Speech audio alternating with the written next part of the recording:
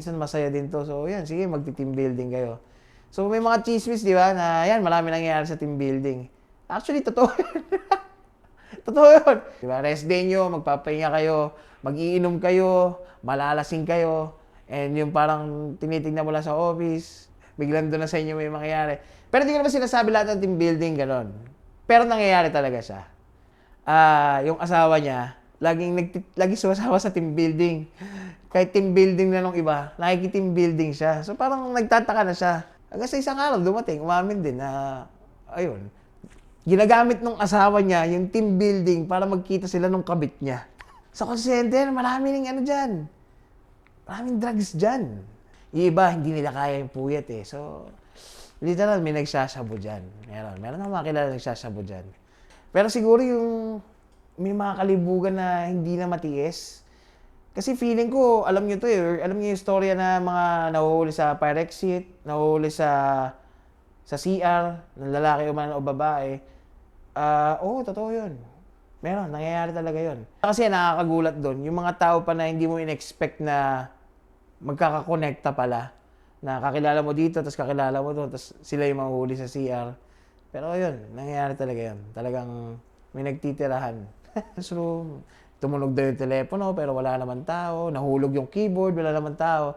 Napansin ko lang kasi Junjun lagi yung tawag. So, kahit saan call center ka pumunta, pag sinabing Junjun, gets na nila yun. Hindi yun ethics, multo yun. Mangilan-ngilan na nakatrabaho ko sa iba't ibang call center. So, magkakadugtong na nga yun eh, dahil nga infidelity, kabitan. So, may mga nagkakasakit din na ganyan. At yun, may namamatay din. Yo, ako nga pala si Miguel Franco ng Shabu Toys V. Mas kilala akong sa pangalang Shabu.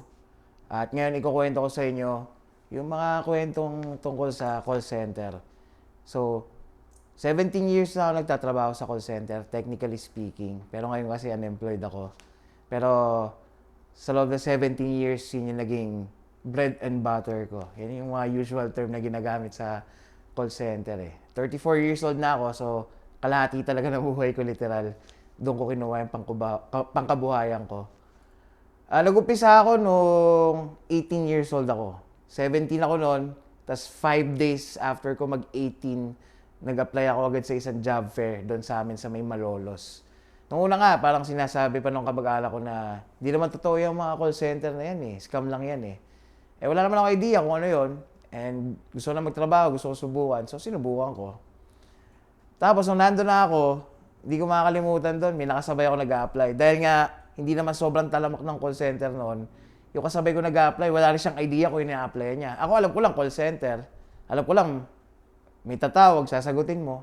Kaso English. Yun lang alam ko. Wala na akong alam.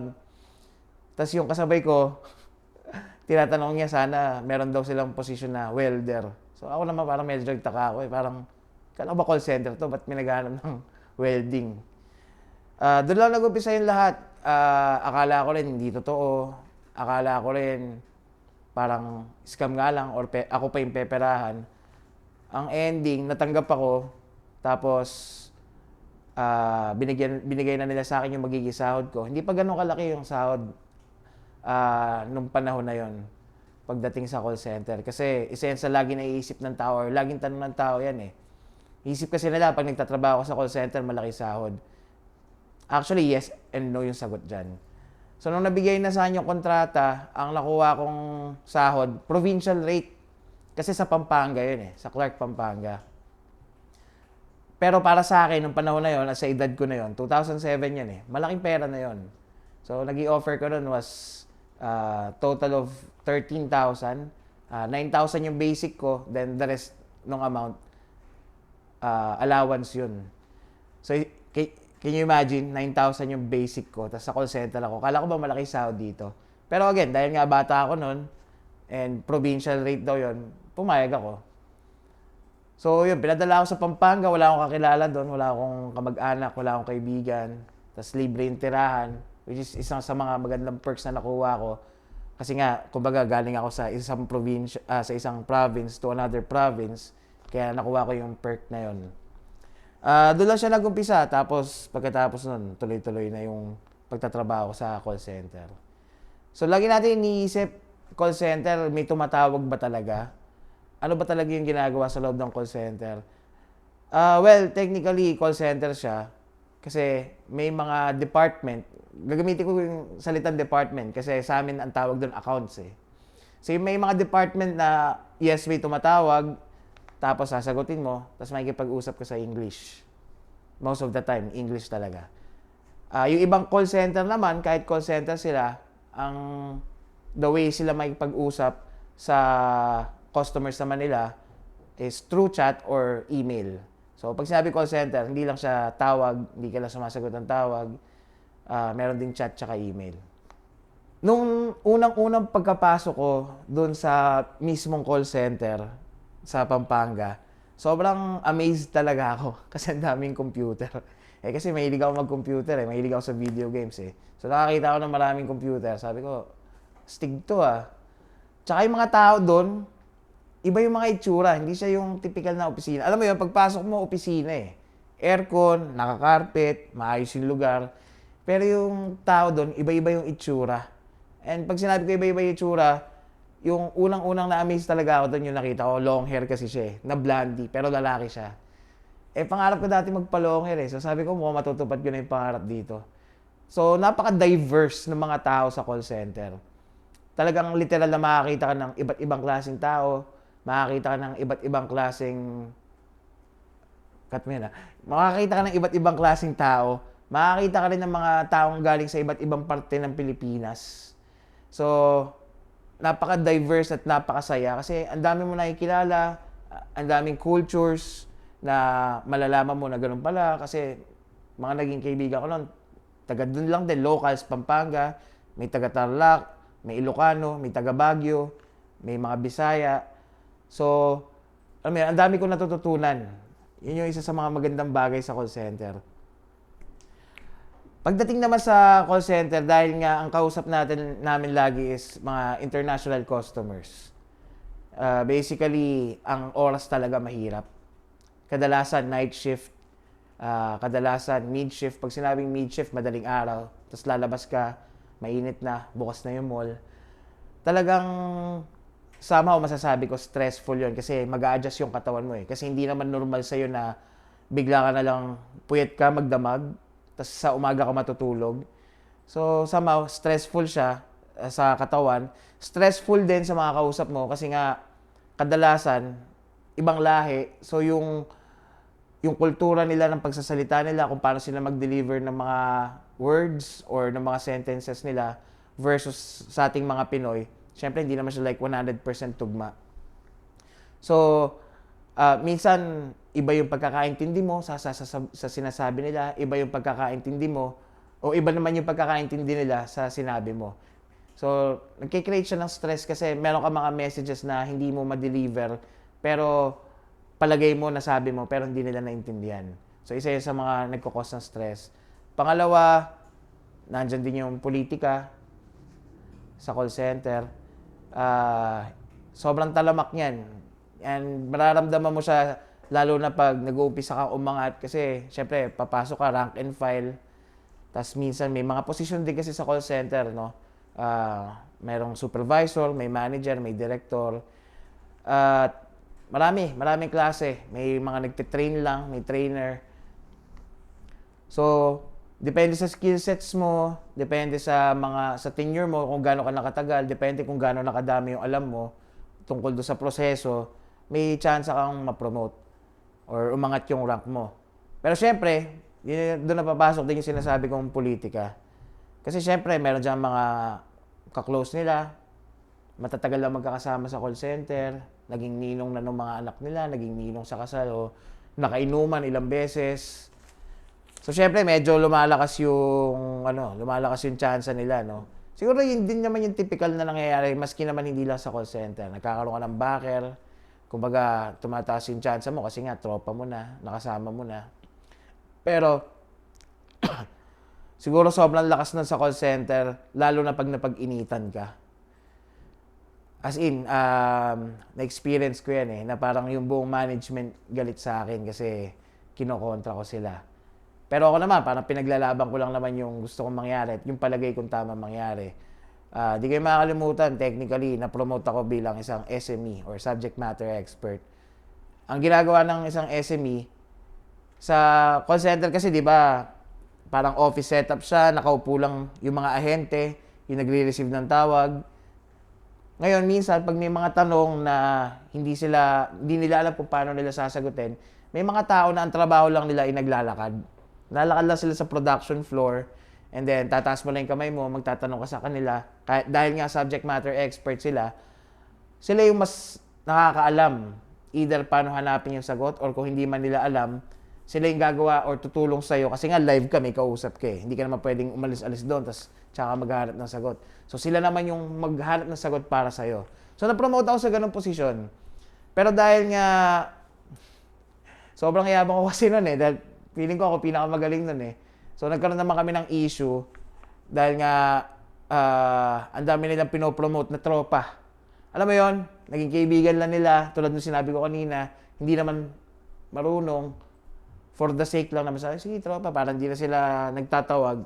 Kasi nga, kumbaga, lakad na lang yung gagawin nila, tapos tutulong na lang sila sa mga nagtatawag. Ang dami na po-promote na gano'n.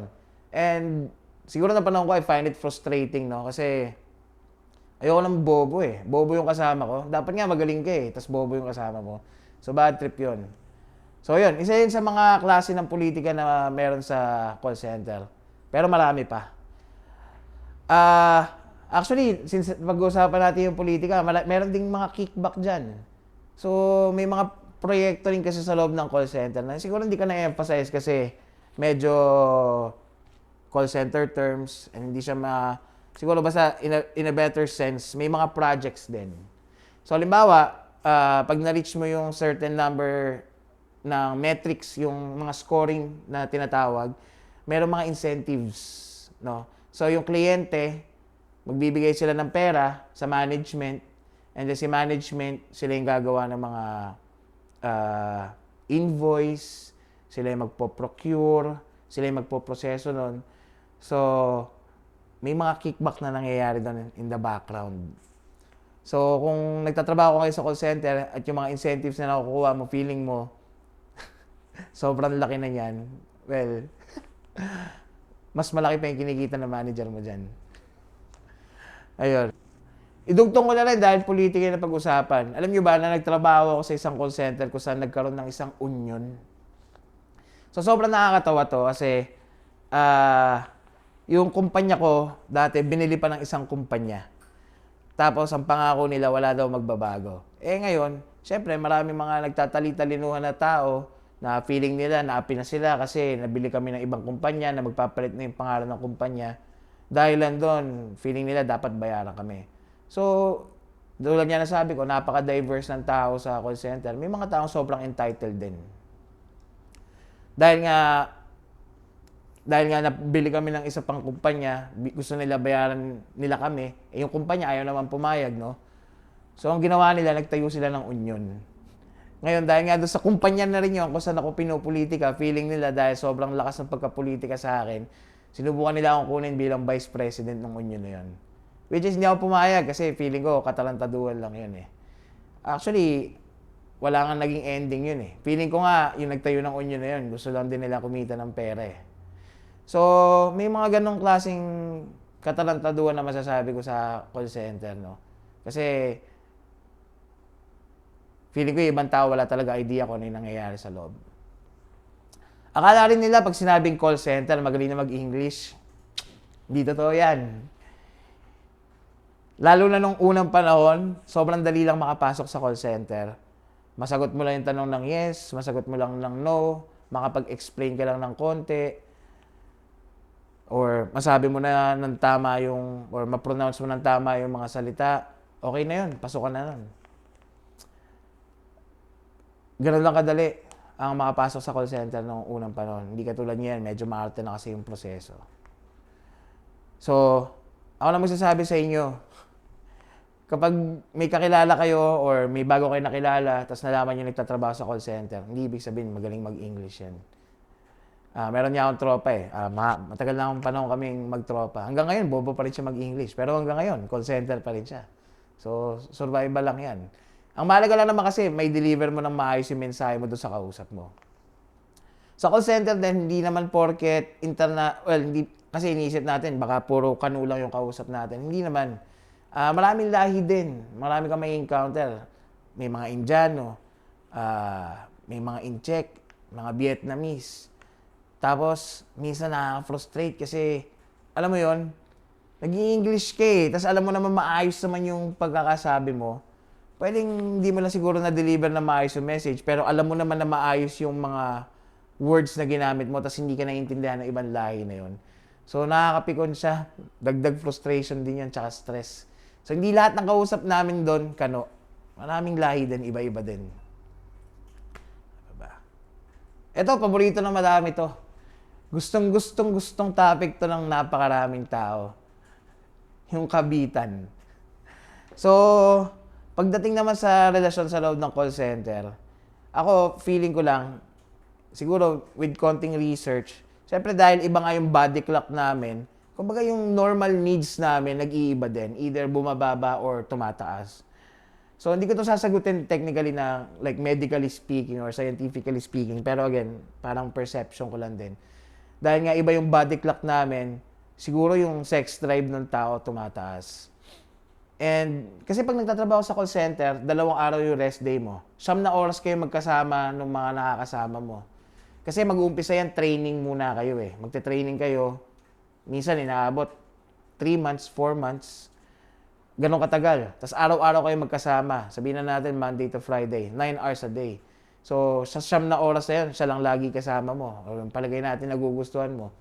Or siguro doon sa ibang batch. Pero, o sa ibang batch ng, kasi yung training class nyo, di ba? May iba pang training class, may mga makakasabay kayo, may matitipuhan ka doon. And siguro parang ganun yung nagiging nangyayari doon, no? Napapansin ko lang dahil sa haba ng panahon na magkasama kayo araw-araw sa 9 na oras, nagkakadevelopan. Siguro nag-stigma na lang din yun, no? Kasi nga, syempre, dahil gabi kayo nagtatrabaho, parang pag uwi mo, wala ka na ibang alam gawin, kundi kakain ka na lang, tapos matutulog ka. So, halimbawa, may asawa ka, hindi na alam ng asawa mo kung ano nangyayari doon sa'yo sa kumpanya o doon sa call center. Kasi nga, pagod ka na eh. Magpapahinga ka na lang eh. Tapos hindi mo alam, yung pala, doon na, yung lakas niya pala doon na nauubos sa paglandi. Doon sa kasama niya. And kaya ako na nabanggit yan kasi siguro ganun din yung naging experience ko. So, technically, merong panahon na hindi ako kasal meron akong long time na girlfriend noon. Tapos, magkalayo kami. So, sa Makati na ako nagtatrabaho nito kasi mas malaki yung sahod sa call center sa Maynila kaysa sa probinsya. Kasi probinsya rate literal. Then, iba na yung rate sa Maynila. So, dahil yung long-term girlfriend ko na nakatira siya sa Pampanga kasi nga, doon ako nagtrabaho, doon na rin ako nakakilala ng girlfriend. Nung lumipat naman ako sa Makati, nagtrabaho ako sa Maynila, ayan. Dahil hindi kami nagkikita lagi ng girlfriend ko, may nakilala ako na chicks. Chicks eh. Magkasama kami lagi. Yung bahay niya, although hindi naman ganun kalapit sa opisina, pero alam mo yon, within proximity. So, madedevelop na lang din eh. Hindi mo kasama yung shota mo, tapos may iba kang kasama, na palaging kasama, na parang nag-aalala sa'yo, nag-aalaga sa'yo. Kasi ganun eh, di ba? Ganun yung mararamdaman mo dun eh, sa panahon ng magkasama kayo. Kumain ka na ba? Kain tayo, sabay kayo mag-break. Ganun yung mangyayari dun eh. So, talagang napaka-prone na magkaroon ng kabitan. At yun, from personal experience, nangyari nga siya.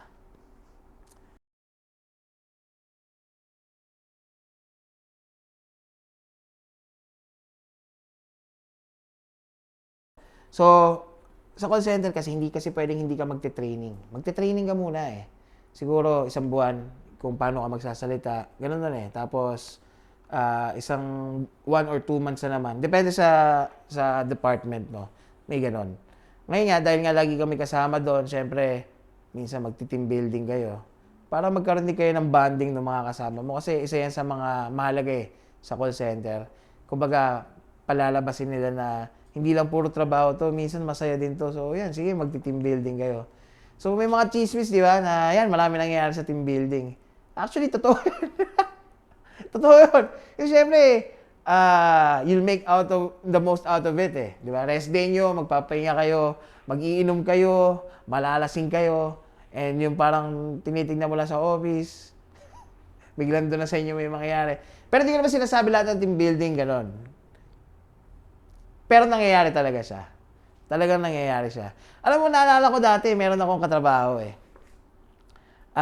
Yung asawa niya, lagi sumasama sa team building. Kahit team building na nung iba, nakiki-team building siya. So parang nagtataka na siya. Parang ang ano niya lang daw, ang dahilan niya lang, nakikisama lang daw siya kasi may posisyon 'yon. Pero parang weirdo kasi. Tapos parang alam mo 'yon, lahat ng tao hindi naniniwala do sa asawa niya, pero naniniwala pa rin siya sa asawa niya. Hanggang sa isang araw dumating, umamin din na ayun, ginagamit nung asawa niya yung team building para magkita sila nung kabit niya. So may mga ganong kwento. Legit yan. Sa call center, maraming ano dyan. Maraming drugs dyan. Aamin ba ako? Hindi. Maraming drugs. May drugs sa call center. Kasi nga, yung iba, hindi nila kaya yung puyat eh. So, literal, may nagsasabo dyan. Meron akong makilala nagsasabo dyan. Lalo noon, nung bago pa nag-Duterte, dami. At saka marijuana. Yan. Siguro amin na ako, no? Ako yung isa sa mga pagdaka-lunch. Yan. Sumisindi ako. Sarap eh. Good trip eh. Good shit eh. Pero yan, may bentahan ng drugs sa call center. Kaya naman, yung call centers, kadalasan, sila na rin yung nag-i-initiate ng APE na tinatawag Annual Physical Examination. So may drug test doon. So gusto rin din nila i-make sure na drug-free yung environment nila.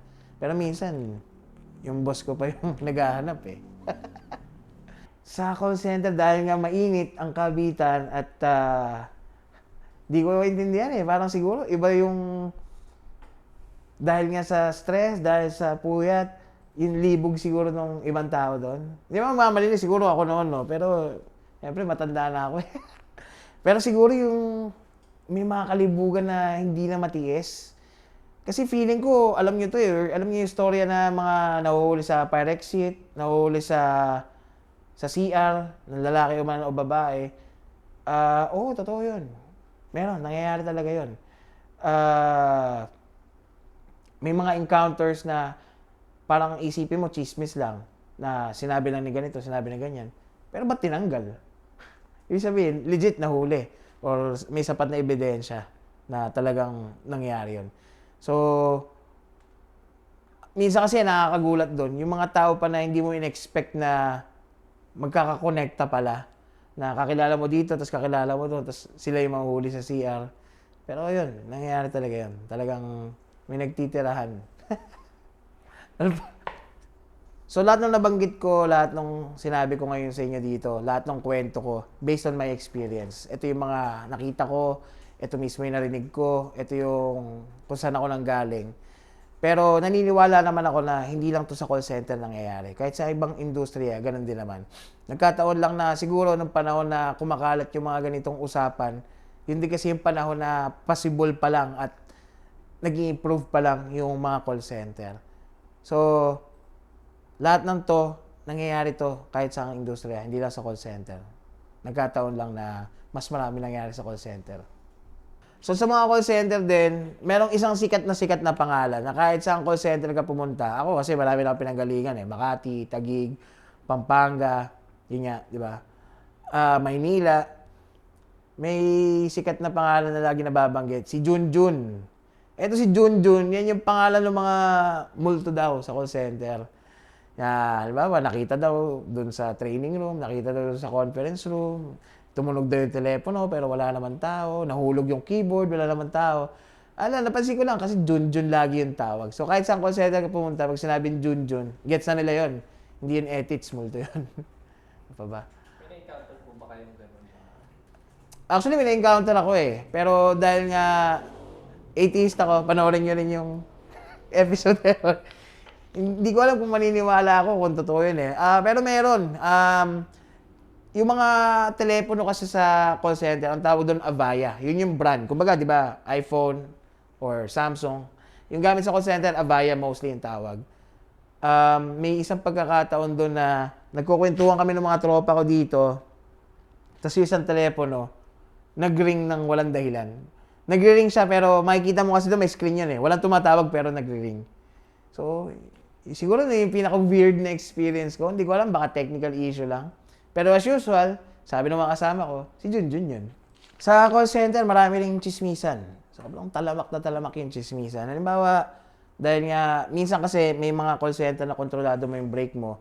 At may mga tao ka na, alam mo, nag-enjoy ka na kasama mo mag-yossi or kasama mo mag-break. So, minsan, kahit hindi naman kayo nagkakabitan, literal na magtropa lang kayo, pero lagi kayo nakikita magkasama, nagagawa kayo ng chismis.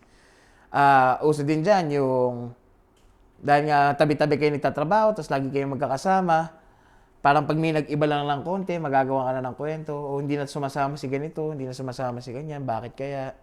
Siguro, isa sa mga, hindi naman siya like dark secrets, no? Pero parang masasabi ko, ganun kasi, negosyo kasi yung call center eh.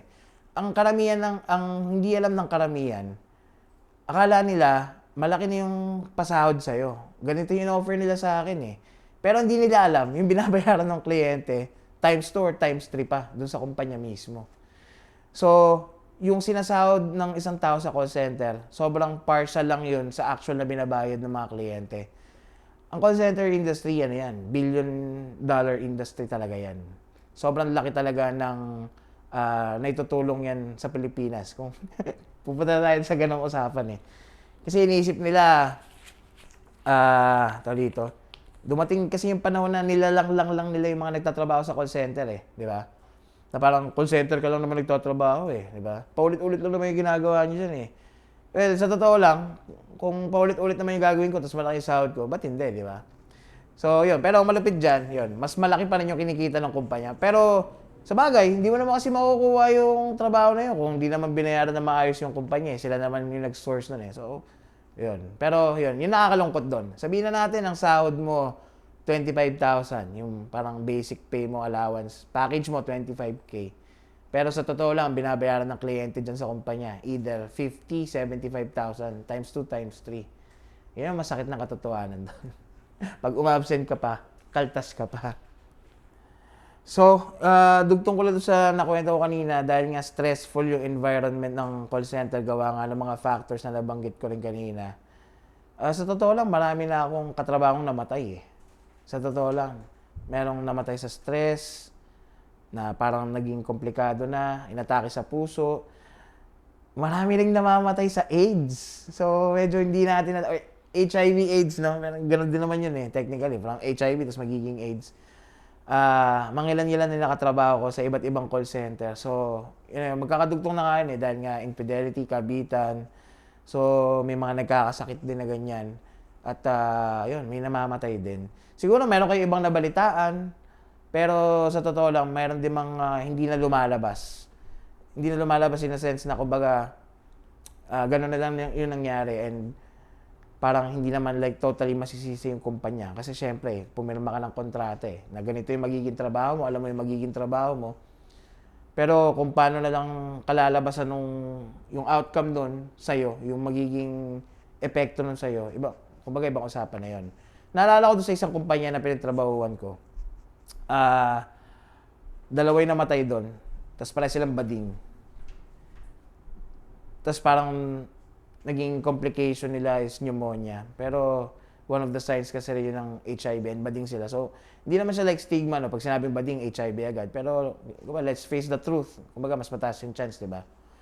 So, mabuti na lang doon sa kumpanya namin na yun. Merong insurance. May life insurance. So siguro isa yun sa mga perks no pag nagtatrabaho sa call center, may mga call center na nagpo-provide sila ng life insurance. So siguro may masasabi ako maganda sa call center, sa ibang call center, at least may mga benefits na makukuha. So katulad no, namatay siya, nakakuha siya yung pamilya niya nakakuha ng insurance, which is at least a good thing. So siguro para may iba naman, may maganda naman tayo masabi sa call center. Ano bang maganda sa call center? Well, una sa lahat, ang trabaho sa call center, komportable ka. Nakaupo ka, naka-aircon ka, nakaharap ka lang sa computer. Kaya siguro nasasabi na malaki sahod sa call center kasi kaysa magtrabaho sa fast food chains napagod ka, exhausted ka, mas mahaba yung hours, ang dami pang requirements masyado, alam mo yun, mas malaki talaga yung sahod. Kasi magkano lang ba sahod sa mga fast food chains versus sa call center, di ba? Isa pa maganda doon, yun nga yung mga benepisyo, no? So, siguro sa fast food chains, meron din gano'n, SSS Pag-ibig, PhilHealth. Pero iba kasi sa call center, talagang hati ang kanila, talagang i-require kanila na dapat meron ka. Nabanggit ko rin yung insurance, so meron ding health insurance na tinatawag or HMO. Karamihan sa mga kumpanya, isa yan sa mga binibigay nila na benefit sa mga nagtatrabaho sa call center. Dahil nga prone sa stress, at pag stressed ka, prone ka magkasakit kasi mababa yung immune system mo. Sila na rin mismo nagpo-provide ng mga HMO or health insurance. Pwede ko rin sabihin na yung mga kumpanya, maayos naman sila magpasahod. Although may mga kilalang kumpanya na palpak magpasahod, pero most of the time naman, hindi ito yung typical na mga kumpanya or opisina na nade-delay yung sahod. Okay yung sahod, like minsan on time, minsan late, pero in rare instances, hindi ko lang alam sa ibang kumpanya, pero so far, sa mga kumpanya na napasukan ko, maayos naman. At ang mga call center kasi takot yan sa takot sa dole yan eh. Takot yan lagi sa dole kasi sobrang prone nila na mareklamo sa dole. At mas mataas yung chance na natatalo sila lagi sa mga kaso. Yan, based din sa experience ko kasi may mga pinanalo na akong kaso eh. So, may connotation na toxic workplace sa call center. Meron. Kasi nga, stressful, di ba? Tapos, yung boss mo pa, hindi niya pa makuha yung gusto niya. Kasi, call center, most of the time, it's all about numbers. Numero talaga eh. Like, in a sense na nakukuha mo ba yung mga grading system or KPIs or metrics na nire-require? Kasi pag di mo na-hit yun, papagalita ka lang ng supervisor mo eh. Ba't di mo to na-hit? So, magtotoksikan na kayo ng boss mo. Kasi yung boss mo, pinapagalitan din ng boss niya. Nagpapasa-pasa na yung galit. Pero depende naman yan eh. May mga maayos naman na supervisor. Ito yung isa sa mga bagay na napansin ko, no? Sa 17 years ko sa call center. Nung unang panahon kasi medyo barbaric yung style eh ng leadership when it comes to BPO. Na mababa yung score mo dito.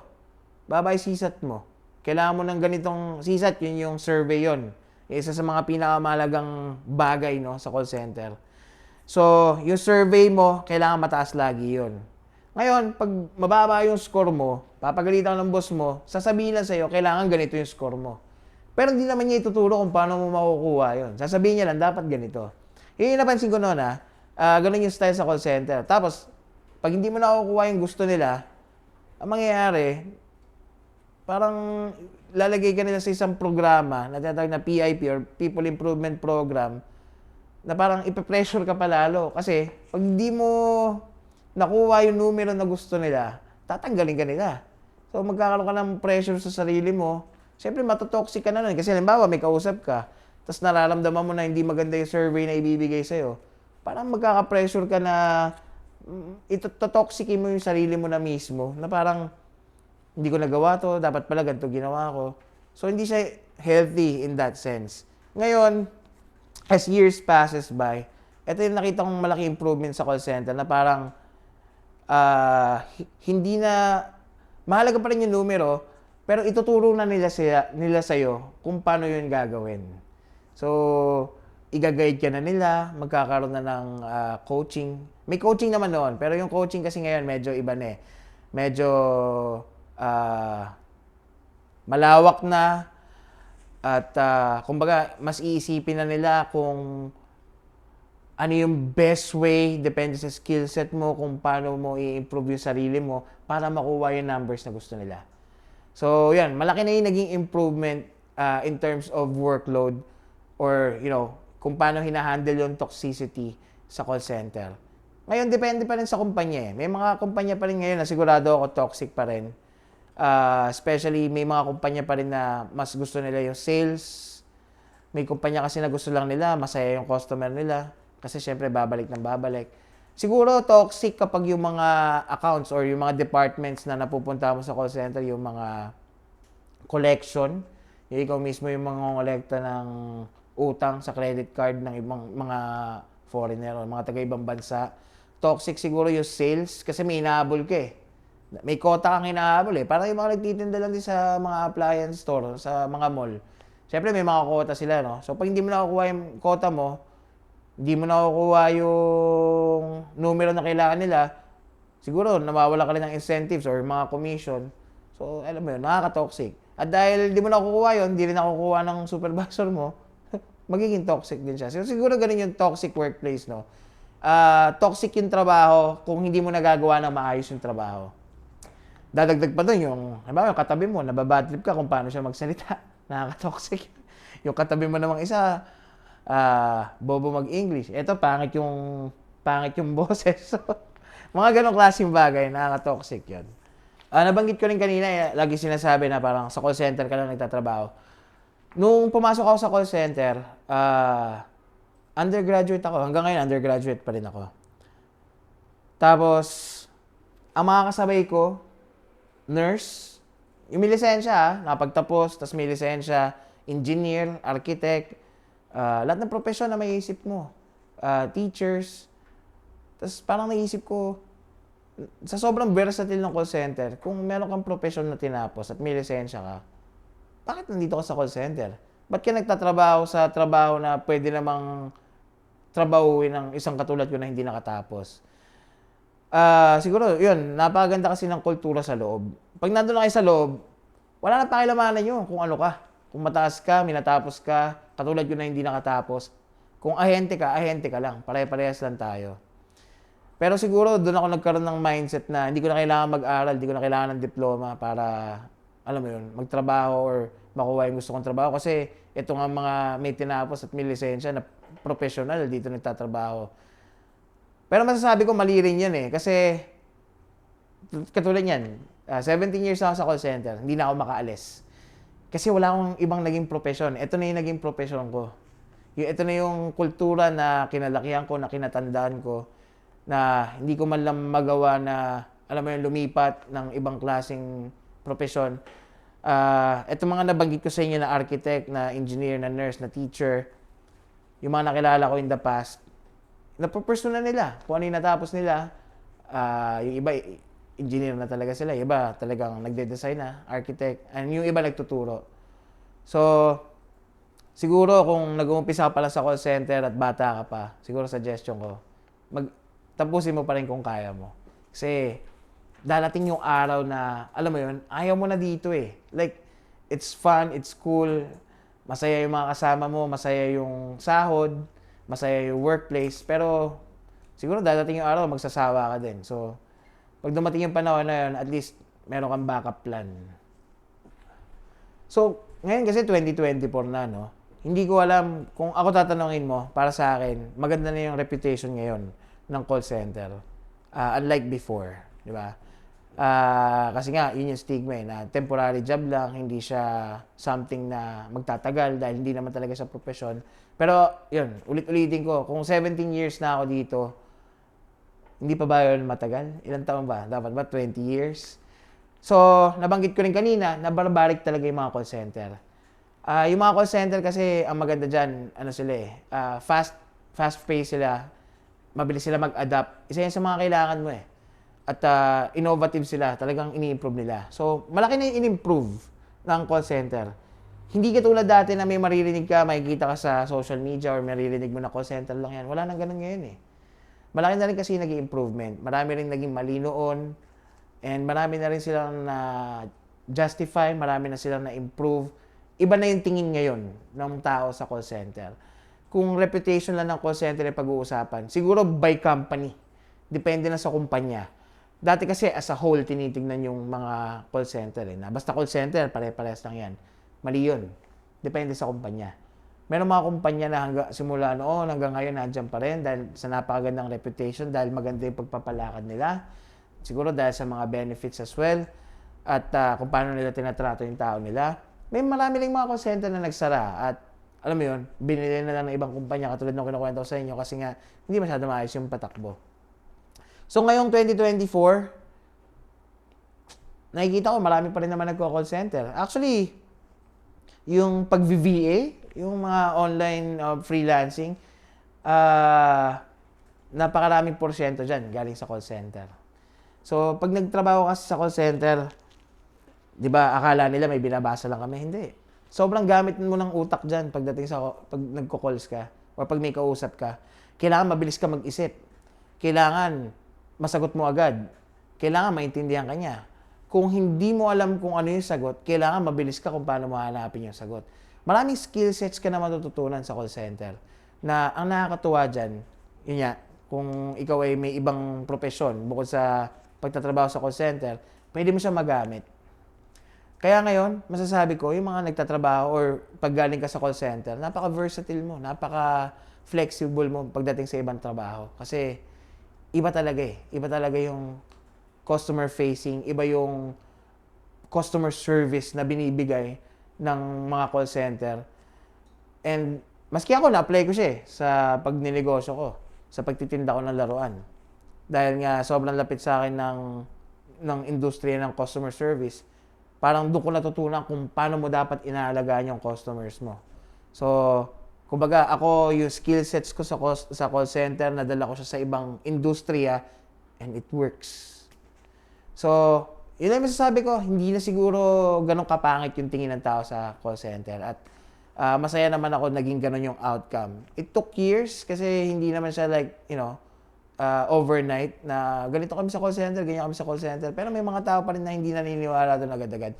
Siguro pwede ko sabihin, most especially yung mga matatanda na wala naman silang idea kung ano yung call center and wala sila sa call center kasi syempre, hindi pa naman ganun kaboom yung call center, no? So hindi sila nagkaroon ng chance na makapagtrabaho doon. Kaya wala sila idea kung ano meron doon.